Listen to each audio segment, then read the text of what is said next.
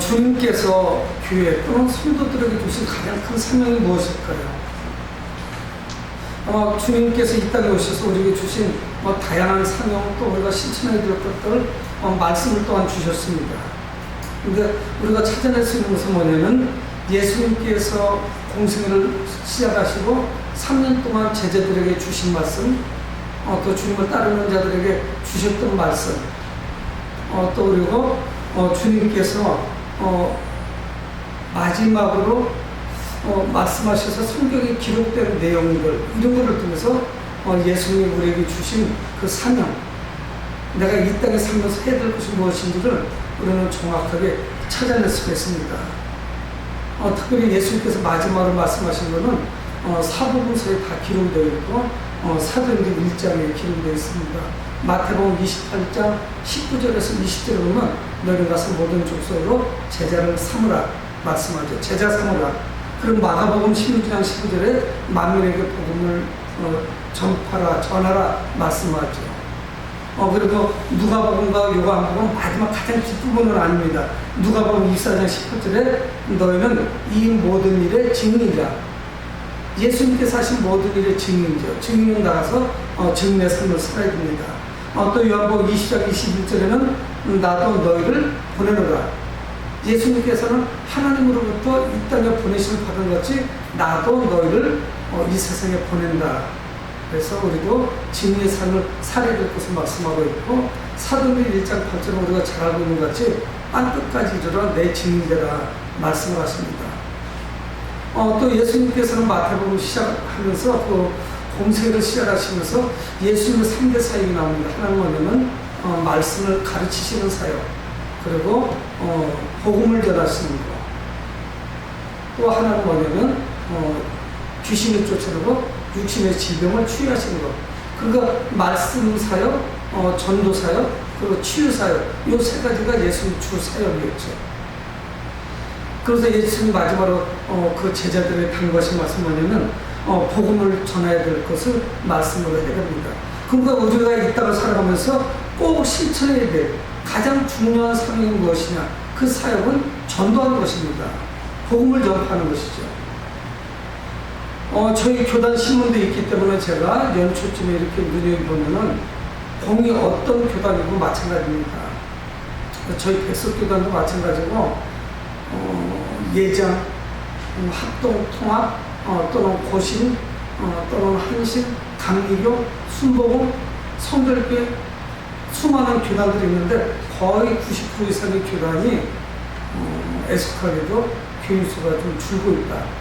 교사가 약해지는 이런 모습을 발견할 수가 있습니다. 그리고 많은 성도들이 지금은 복음을 전하기 어려운 시대다. 목사들을 만나도 어렵다. 전도가 어렵다. 충분히 저도 이해를 합니다. 환경적인 요인, 때로는 우리 교회가 세상에 나가서 소금과 빛의 사명을 잘 감당하지 못해서 오히려 세상 사람들이 우리를 가르치겠다고 덤비는 이런 내용들. 또 우리가 정치적인 주석이나 이런 거에 너무 민감해가지고 세상 사람들로부터 지탄을 받기도 하고 교회가 믿을 만한, 신뢰할 만한 집단이 못 된다, 이런 각인을 시켜준 것이 아닌가 하는 그런 생각을 하기도 합니다. 어떤 목사님 저도 전도가 매우 어렵다는 것을 시인을 합니다. 쉽지는 않죠. 여러분, 이것이 쉬운 일이라면 우리 주님께서 그래서 우리에게 특별히 당부하시고 맡기셨겠어요. 할 사람은 천지로 쌓였을 텐데 우리에게 왜 이 사역을 맡기셨는지 오늘 성경을 통해서 우리 주님은 우리에게 말씀합니다. 왜 주님께서 우리에게 복음을 전하는 일을 당부하셨을까? 여러분도 오늘 이 빌립보서는 사도바울에 의해서 기록이 됐습니다. 우리는 자주 그런 이야기를 하죠. 특별한 장소 또는 특별한 시간에 특별한 사람에게만 복음을 전할 수 있다는 그런 생각들을 하고 있지 않습니까? 물론 저도 그런 생각을 많이 가지고 있죠. 그래서 미리 복음을 전하기 전에 제가 판단을 하죠. 이건 불가능해. 이 사람은 아직 멀었어. 이 사람은 아직은 좀 때가 아니야? 조금 더 있어야 돼. 아직은 복음을 받아들이지 않아. 물론 그것이 판단하는 것이 필요하죠. 그래서 우리는 이것저것을 다 잘라내고 그리고 한두 사람 또는 있을까 말까 그 사람을 전도 대상이라고 판단하고 생각하고 기도를 합니다. 여러분 오늘 사도 바울의 이 말씀은 빌립보서는 이 복음을 전파하는 우리들에게 도전을 주고 깊은 영적인 통찰력을 줍니다. 그래서 오늘 12절 시작하면서 그렇게 말씀을 하고 있어요. 형제들아 내가 당한 일이 도리어 복음 전파에 진보가 있었다, 진전이 있었다, 이렇게 말씀해요. 형제들아 내가 당한 일이 복음 전파에 굉장히 좋은 그런 계기가 됐다는 거예요. 여러분 그러면 이게 어떤 상황이었을까요? 우리가 판단하는 것 같이 좋은 환경이었을까요? 아니면 정말 복음을 전하니까 예수님께다가 지원하는 사람들이 정말 무궁무진한 그런 황금어장을 만났을까요? 그물을 치니까 수많은 사람들이 딸려 나왔을까요? 성경이 결국 그것이 아니었습니다. 내가 당한 일이 복음 전파에 진전이 있었다고 하는데 우리가 생각하는 그런 좋은 환경이 아닙니다. 황금어장이 아니에요. 척박하기 짝이 없어요. 우리는 당연히 좋은 환경에 좋은 사람들, 복음을 스펀지같이 잘 받아들이는 사람들에게만 복음을 전할 수 있다는 그런 선입관을 가지고 접근을 하거든요. 근데 사도 바울은 자기가 당한 일이 오히려 이것이 전도의 열매가 맺어졌다는 거예요. 그럼 좋은 환경이었느냐? 성경이 그렇게 말씀하지 않아요. 형제들아 내가 당한 일이 도리어 복음 전파에 진전이 된 줄을 너희가 알기를 원하노라. 내가 당한 일이 복음 전파에 진전이 있었던 것을 너희들이 꼭 기억하고 명심하고 그리고 복음을 전하기를 원하는 거예요. 그러면 사도 바울이 당한 일이 무엇입니까? 13절 말씀하고 있잖아요. 이러므로 나의 매임이 그리스도 안에서 모든 시대함과 그 밖의 모든 사람에 나타났으니 이렇게 말씀하고 있어요. 사도 바울이 당한 일은 뭐냐? 매임이에요. 묶인 거예요.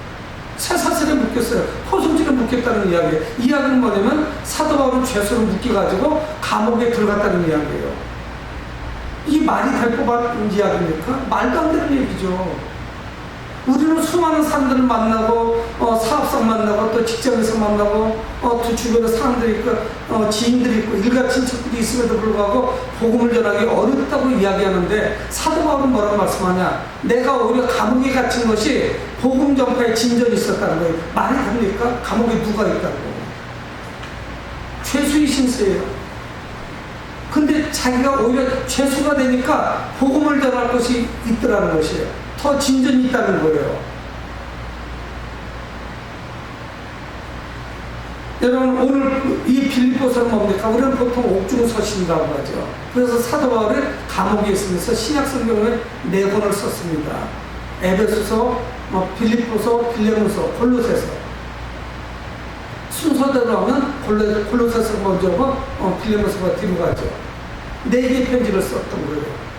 근데 감옥에 갇혀 있는 사도 바울이 빌립보 교회를 향하여 나는 기뻐하고 기뻐한다. 기쁨이라는 단어가 5번이나 나옵니다. 그리고 기뻐하다가 9번 나와요. 아니 감옥에 있는 사람이 뭐가 그렇게 기뻐서 바깥에서 지금 잘 살고 있는 사람한테 나는 기뻐한다는 거예요. 그래서 너희들도 기뻐하라는 거예요. 여러분 복음 전파에 가장 중요한 것이 우리는 환경을 따지고 시간을 따지고 장소를 따지고 사람을 따지는데 그것이 아니더라는 것을 오늘 성경은 말씀하고 있습니다. 바깥에 있는 사람들은 바울을 걱정하고 있지 않아요? 우리 선생님 빨리 나오셔야 되는데. 근데 오히려 사도 바울은 감옥에 있으면서 그 바깥에 있는 빌립보 성도들에게 복음을 전파할 것을 권면하고 있으며 부탁하고 있다는 사실이에요. 여러분 우리에게 큰 교훈을 주고 있지 않습니까? 한국 교회에게 특별히 뭐 다 안 된다는 거예요. 부정적이에요. 그리고 회의감이 팽배해요. 잘 안 된대요. 어렵다는 것이에요. 나의 매임이 그리스도 안에서 모든 시대함과 그 밖의 모든 사람이 나타났으니 여러분 그는 복음을 전하다 감옥에 들어갔습니다. 여전히 감옥 생활하고 있어요. 쇠사슬은 묶여 있어요. 언제 풀려날지 몰라요. 내일이면 자유인이 될지 아니 1년 후가 될지 알 수가 없어요. 기약도 없어요. 아마 사도 바울도 감옥에 들어가서 실망했을지 몰라요. 하나님께 그래서 기도했을 수도 있어요. 하나님 제가 밖에 있어야 복음을 전하는데 이게 감옥으로 넣으시면 어떻게 되는 거죠? 제가 이 감옥에 있으면서 무슨 사역을 감당할 수 있습니까? 하나님께 항의했을 수도 있죠. 근데 그가 영의 눈을 열고 믿음의 눈으로 그 영혼들에 대한 사랑하는 마음으로 열정을 가지고 바라보니까 시대안이, 그러니까 그 감옥 안이 거기가 바로 황금어장이었어요. 복음을 전하기에 아주 최적화된 장소였어요. 누구에게 전합니까? 시대들. 뭐 다른 말로 말하면 간수들이 있잖아요. 감옥에 가니까. 또 누가 있을까? 죄수들이 있어요. 그리고 그 감옥에 면허하는 사람이나 좀 출입하는 사람들이 있어요. 그래서 그들에게 복음을 전하는 거예요. 감옥에 들어오면 아무것도 할 수 없을 거로 생각했는데 막상 감옥에 들어와 보니까 복음을 전할 수 있는 사람들이 상당히 많은 거예요. 그리고 왜 이곳이 최적화된 장소냐? 그 사람들은 별로 이동이 없어요. 죄수들은 24시간 함께 있습니다. 간수들 물론 교대를 하겠지만 볼 수 있는 시간이 길어요. 복음을 전하기가 너무 좋은 거예요. 그래서 복음에 진보가 있었다 이렇게 말씀하고 있어요. 여러분, 그가 복음을 전하고자 하는 의지가 강렬해지자 하나님께서 문을 열어주십니다. 그리고 전도 대상자들을 찾게 만드세요. 바로 옆에 있었어요. 멀리 있었던 것이 아니에요. 꼭 감옥에서 나가야만 복음을 전하는 것이 아니었어요. 여러분, 생각해 봅시다. 사도 바울이 죄수가 아니었으면, 감옥에 들어가지 않았으면 이 사람들은 절대로 만날 수가 없는 사람들이에요. 근데 그조차도, 감옥에 들어간 것조차도 하나님께서 인도하신 거죠. 그리고 사람들을 만나게 하시고 복음을 전하게 하십니다. 새로운 방향으로 복음의 길을 열어주신 거죠. 여러분, 우리는 사도행전 8장에서 보죠. 거기에 누가 나오냐? 우리가 잘 알고 있는 빌립이라고 하는 사람. 우리는 집사라고 좀 기억이 나죠. 스데반과 함께 안수받고 7명의 일꾼으로 세움받았죠. 우리는 그래서 그들을 집사님, 7 집사다 이렇게 이야기합니다. 그는 복음을 전하고 있었어요. 물론 팔레스타인 땅에서 복음을 전하고 있었습니다. 집사임에도 불구하고. 근데 어느 날 주의 영이, 성경 그렇게 말씀하고 있어요. 하나님의 영이, 성령님께서 그의 발걸음을 재촉하셔서 엉뚱한 곳으로 인도하시는 거예요. 지금 복음의 열매가 맺고 있어요. 그래서 열심히 했어요. 근데 하나님의 영이, 성령께서 그를 인도하시는데 어디냐? 가사 가는 길이에요. 가사는 어디지만 지금도 자주 나오죠. 팔레스타인 땅, 가자지구, 그쪽으로 인도하시는 거예요. 여러분, 근데 이것은 복음을 전할 수 있는 것이 아닙니다. 광야예요. 성경은 분명히 광야라고 말씀해요. 아니, 하나님도 참 이상하신 분이지. 복음을 전하고 있는 사람을 불러들여서 어떤 도회지나 마을이나 사람이 있는 곳으로 보내시는 것이 아니라 가사라고 하는 광야 지역을 불러주시는 거예요. 사람이 있어야죠. 눈을 씻고 찾아보면 뭐가 있어야 복음을 전하죠. 황무의 길을 인도하시는 거예요. 근데 놀라운 일이 벌어졌어요. 거기서 사람을 만나요. 그는 누구였냐? 에티오피아 여왕의 내시예요. 고위직에 있는 사람이에요. 이미 하나님은 영접을 했어요. 그런데 그 사람이 예루살렘에 왔다가 이사의 서를 읽으면서 집으로, 에티오피아로 돌아가는 중이에요. 근데 성경을 이해를 못하죠. 이사의 서를 읽는데 누가 설명을 해줘야죠. 해석을 해줘야죠. 빌립이 접근을 합니다. 그리고 이사야서의 말씀을 전하죠. 그리고 그 말씀이 무엇인지를 그 궁극적으로 다 풀어줘요. 그런데 그것은 분명히 그 말씀이 뭐였냐면 고난받는 종이 노래예요. 예수 그리스도께서 고난받는 모습에 그 성경을 읽고 그래서 그 고난받는 분이 누구냐? 바로 예수 그리스도라는 것을 복음을 전한다고요. 그래서 그가 말에서 내려서 하천에 가서 세례를 받고 그리고 각자 헤어져서 돌아가죠. 여러분, 우리는 상식적으로 사람이 많아야만 복음을 전할 수 있다고 생각을 합니다. 어떤 직장, 일터, 어떤 사람이 많은 곳, 이곳에 가야만 복음을 전할 수 있다고 생각을 해요. 여러분, 그런데 하나님의 하시는 그렇지 않더라는 거예요. 특정한 사람, 특정한 대상들만 복음을 전하는 것이 아니고 우리가 열정을 가지고 있으면 그 감옥도 복음을 전할 수 있는 곳으로 변화되더라는 것이에요. 여러분, 우리의 전도에 대한 생각이 얼마나 잘못됐는지를 알 수 있죠. 또 하나는 뭡니까? 감 이제 우리는 복음을 전했으면 그 사람은 안 돼요. 그 사람은 꽉 막혔어요. 이런 소리 할 수가 없다는 사실이에요. 여러분, 사도 바울의 환경은 하나도 바뀐 것이 없으면 여전히 감옥에 있어요. 그럼에도 불구하고 하나님께서 그를 변화시켜 주시고 그 감옥이 복음을 전할 수 있는 그런 장소가 되도록 바꿔주시는 것이죠. 여러분, 이 바울은 감옥에서 최선을 다해서 복음을 전합니다. 그래서 밖에 있는 성도들에게 좋은 영향력을 미치죠. 그래서 그는 말씀하고 있어요. 14절에 형제 중 다수가 나의 매임으로 말미암아 주 안에서 신뢰함으로 겁없이 하나님의 말씀을 더욱 담대히 전하게 되었다. 이 바깥에 있는 성도들이 공유됐어요. 도전받게 됐어요. 영향력을 받게 됐어요. 사도 바울 선생이 복음을 전하는 걸 보니까 자기들은 그냥 있을 수 없는 거예요. 어떤 사람이 나는 복음을 전할 수 없습니다 하고 핑계댈 수 있겠어요. 환경을 원망할 수 있겠어요. 감옥에 있는 사람조차도 복음을 전하고 있는데, 그래서 그들이 어떻게 됐느냐, 나의 매임이 그리스도 안에서 모든 시비안과 그 밖에 모든 사람들이 나타났다. 그러자 나의 매임으로 말미암아 주 안에서 신령을 얻고 하나님을 신뢰하게 되는 거예요. 하나님께서 하셨다는 것을 알게 되는 거예요. 이건 사람이 한 것이 아니었어요. 우리가 복음에 대한 열정을 가지고 접근하고 그에게 복음을 전한다면 하나님이 역사하실 거예요. 얼음장같이 차가운 그 심령을 하나님이 녹여주실 거예요. 그 강팍한 심령을 변화시켜 주신다는 사실이에요. 그래서 그들이 어떻게 되냐, 겁없이 복음을 전하기 시작하는 거예요. 겁없이. 지금 상황이 좋지 못하죠. 예수 믿는다는 것이 굉장히 위험해요. 그럼에도 불구하고 그들은 겁없이 전했다. 성경 말씀하고 있습니다. 겁없이 하나님의 말씀을 더욱 담대히 전했다. 형용사를 썼어요. 겁없이 더 담대하게. 이전하고는 바뀌었어요. 여러분, 이 사도 바울의 이 믿음은 많은 사람들의 그 믿음을 굳세게 만들었습니다. 강건하게 했어요. 그래서 복음을 전하도록 했어요. 하나님의 복음을 가지고, 말씀을 가지고 세상에 나가는 거예요. 로마 정부는 예수 믿는 자들을 탄압하지만, 박해를 하고 있지만 그런 거에 개의치 않아요. 여러분, 많은 사람들이 복음 전하기가 어렵다고 그래요. 여러분, 대한민국에서 복음 전한다고 교도소 간 사람 저는 보질 못했어요. 예수 믿다가 매 맞아가지고 죽은 사람 못 봤어요. 대한민국에서 복음 전하다 순교당한 사람 하나도 못 봤어요. 여러분, 우리의 상황이 사도 바울보다 나쁜가요? 훨씬 더 유리하죠.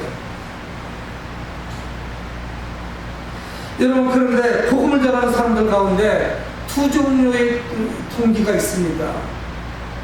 다 똑같은 마음을 가지고 전하는 것이 아니었어요. 15절에 어떤 이들은 투기와 분쟁으로, 어떤 이들은 착한 뜻으로 그리스도를 전파하니, 성경이 이렇게 말씀하고 있어요. 어떤 사람들은 투기와 분쟁으로 복음을 전하는 거예요. 이 투기와 분쟁은 뭐냐? 다툼이 있어요. 그러면서 이들은 어떤 마음을 가지고 복음을 전하냐면은, 사도 바울이 지금 감옥에 들어가서 움직이지 못할 때 우리 이름을 내자고 하는 사람들, 이 기회를 통해서 우리가 좀 유명해지자. 이 기회를 통해서 우리가 교회 내에서 영향력을 좀 발휘하자. 영향력을 취하는 그런 마음을 가지고 있어요. 매우 잘못된 동기를 가지고 복음을 전파하죠. 그런가 하면 어떤 사람들은 오늘 15절 하반절의 말씀같이 착한 뜻으로 복음을 전파하는 거예요. 예수 그리스도를 전하는 거예요. 이기적인 마음은 없어요. 순수한 마음이에요. 복음에 대한 열정만을 가지고 전하는 것이에요. 여러분, 우리가 복음을 전할 때도 순수하게 그 영혼들을 사랑해서 그래서 복음을 전해야 됩니다. 어떤 조건이 붙어서는 안 되죠. 어떤 나의 유익이나 영웅 심리 때문에, 그래서 사람들로부터 내가 좀 유명해지기 위해서, 칭찬받기 위해서 이번 기회를 통해서 사도 바울을 물러버리려고, 그래서 우리가 더 위대한 사람으로 한번 교회에 서보는 거. 여러분, 하지만 우리 사람들은 불완전합니다. 하지만 복음은 완전하다는 사실이에요. 우리는 실수하죠. 실패해요. 복음을 전하다가 자주 좌절해요. 낙심해요. 힘들어서 관두고 싶은 마음이 한두 번도 아니죠. 내가 뭐가 아쉬워서 이런 사람들한테 내가 아쉬운 소리 하고 다니나 하는 그런 생각도 있을 거예요. 여러분, 하지만 우리 주변에 간증을 들어보면 참 보잘것없는 사람이에요. 근데 그 사람이 성령의 놀라운 역사 가운데 복음을 전하고자 하는 열정으로 복음을 전해서 놀라운 열매를 맺는 이런 경우를 우리는 허다게 봅니다. 우리가 하나님을 신뢰할 때만이 복음을 전할 수 있어요. 그 사도 바울이 갇혀있는 감옥에서 역사하신 그 하나님을 의지하고 세상을 향해 나가셔야 됩니다. 그럼 우리가 판단하시면 안 돼요. 내가 판단하면 안 돼요. 이 사람은 복음을 전할 수 있는 사람, 이 사람은 안 되는 사람. 누가 그렇게 구분해놨어요? 사도 바울도 그런 구분하지 않았습니다. 여러분, 우리가 하나님을 신뢰하면 복음을 전하다가 낙심하고 슬퍼하고 좌절할 이유가 하나도 없죠. 그래서 오늘 16절에 말씀합니다. 이들은 내가 복음을 변증하기 위해 서신을 받은 줄 알고 사랑으로 하나. 사도 바울은 나가서 복음을 변증하죠. 예수 그리스도에 대해서 증거하죠. 그것을 증언합니다. 그래서 사람들을 알고 있어요. 복음을 위해서 사용받은 사도, 이방인의 사도가 누구냐? 바로 사도 바울이라는 사실이에요. 그래서 그들은 나가서 사랑으로 복음을 전해요. 착한 뜻으로 전하는 것이죠. 어떤 이기적이거나 아주 다른 마음을 가지고 전하는 것이 아닙니다. 그러니까 이들은 다 알고 있어요. 사도 바울이 흉악범이거나 어떤 범죄 행위 때문에 감옥에 들어간 것이 아니고 복음을 전파하다 들어간 것이에요. 그리고 또 그곳에 들어가서 열심히 복음을 전하고 있어요. 그리고 실질적으로 그 감옥에 열매가 맺혀지고 있습니다. 그 악조건 속에서, 나쁜 조건 속에서 그 조건을 잘 살려서 하나님께서 또한 그와 함께 하셔서 역사가 나타나는 거예요. 그래서 밖에 있는 성도들이 이걸 다 아는 거예요. 이해해요. 다 받아들이고 있어요. 그래서 그들은 사랑으로 복음을 전하는 것이죠. 여러분, 우리가 복음을 전하는 이유는 뭡니까? 빈자리 채우려고요? 여러분, 빈자리 채워봐야 골치만 아파요. 성도가 많을수록 실망 갈 것 많고 기도해 줘야 될 사람 많고 관리하기가 힘들어요. 여러분, 우리가 그래서 복음을 전하는 것인가요? 사랑하는 마음으로 복음을 전하는 것이죠. 하나님께서는 아들 예수 그리스도를 우리에게 보내주시고, 그래서 그분께서 피 흘려 죽으심으로 말미암아 우리가 구원을 받았어요. 그래서 우리는 사랑에 빚진 자들이에요. 저도 사랑에 빚진 자들, 여러분들도 사랑에 빚진 자들, 그 사랑의 빚을 갚기 위해서 복음을 전하는 거죠. 복음을 전하지 않는다, 이거 뻔뻔한 거예요. 빚쟁이가. 그렇잖아요. 나 모르겠다는 거 아니겠어요? 우리가 하나님의 그 사랑의 빚을 갚는 유일한 빚은 길은 하나밖에 없어요. 우리가 복음을 전하는 거예요. 그러니까 이 빌립보 성도들은 이 복음의 가치가 얼마나 위대한 것인지를 다 이해하고 있습니다. 깨달았어요. 그렇기 때문에 선한 뜻을 가지고 그들은 바깥으로 나가는 것이죠. 그러나 잘못된 동기는 어떻습니까? 17절에 말씀하잖아요. 그들은 나의 매임에 괴로움을 경계할 줄로 생각하여 순수하지 못하게 다툼으로 그리스도를 전파합니다. 잘못된 동기를 가지고 복음을 전하는 사람들은 오히려 감옥에 있는 사도 바울을 괴롭혀요. 그를 힘들게 만들어요. 그리고 다툼으로 복음을 전하는 것이에요. 아마 이들은 선한 뜻으로 복음을 전하는 자들하고 자주자도 충돌을 일으켰을 겁니다. 늘 다툼으로 복음을 전하는 거예요. 근데 사도 바울은 뭐라고 말씀하느냐면 18절에 우리 마지막 절인데 우리 한번 같이 한번 읽어보도록 하겠습니다. 시작. 그러면 무엇이냐? 거치려 하나 참으로 하나 무슨 방도를 하든지 전파되는 것은 그리스도니 이로써 나는 기뻐도 또한 기뻐하리라. 여러분, 그러면 어떻게 해야 돼요? 선한 뜻으로 전하는 사람이 있는가 하면은 불순한 동기를 가지고 전하는 사람이 있습니다. 자기 이름을 내려고 전하는 사람이 있어요. 다툼으로 전하는 사람이 있어요. 투기와 분쟁으로 복음을 전하는 사람이 있어요. 늘 가면서 다른 사람들하고 다른 사역자들하고 다퉈요. 갈등해요. 관계가 안 좋아요. 왜 그러면 자기 이름 내려고 하는 것일까? 교회 내에서 자기가 높아지려고 복음을 전하는 거니까 문제가 생기죠. 근데 사도 바울의 눈에 보니까 그들이 문제가 있는 것은 분명하지만 실제적인 것은 뭐냐? 전파되는 것은 예수 그리스도인 거예요. 이들이 동기는 잘못됐지만 예수 그리스도를 전하는데 이것은 잘못된 것은 아니란 말이에요.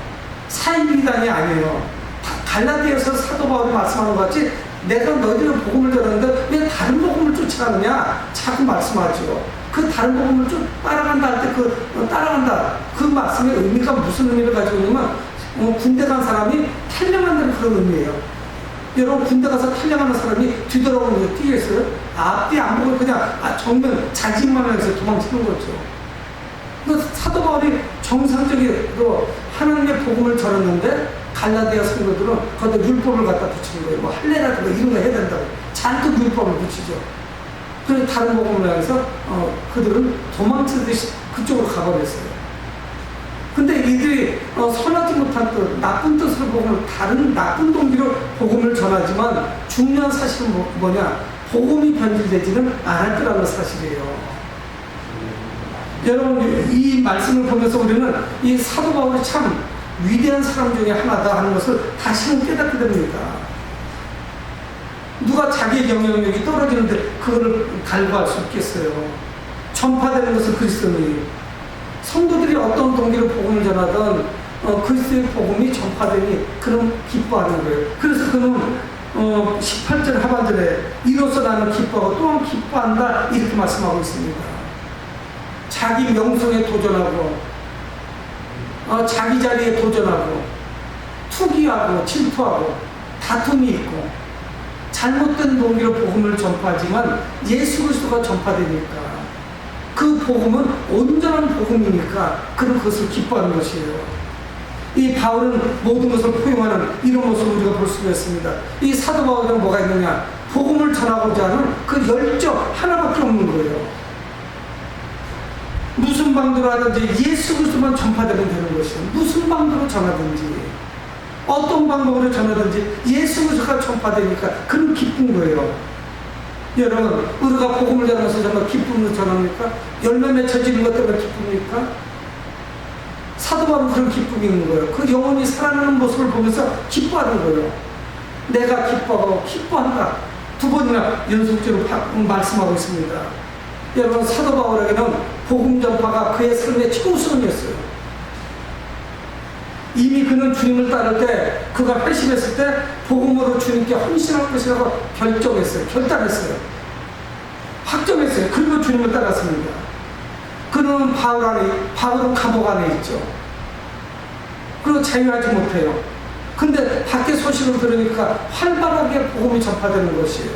물론 착한 뜻으로 전하는 사람이 있는가 하면 잘못된 동기를 가지고 복음을 전하는 그런 사람도 있지만요. 근데 사도 바울은 뭐라고 말씀합니까? 내가 기뻐하고 또한 기뻐한다. 여러분, 복음만 전파된다면 자신이 어떻게 되든 상관이 없어요. 신경 쓰지 않는 거예요. 그의 헌신과 희생과 복음을 향한 그 열정을 읽을 수 있지 않습니까? 여러분, 우리는 아마 들어오시면서 보셨고 눈치를 채셨겠지만 미리 이미 오래전부터 말씀드렸었고 선언목적에는 11월 10일 두 번째 주일 새생명 전도축제로 저희들이 모이게 됩니다. 또 때가 됐으니까 전도하는 거지. 또 그래서 사람 데려오는 것이 이것이 아니어야 될 것 같아요.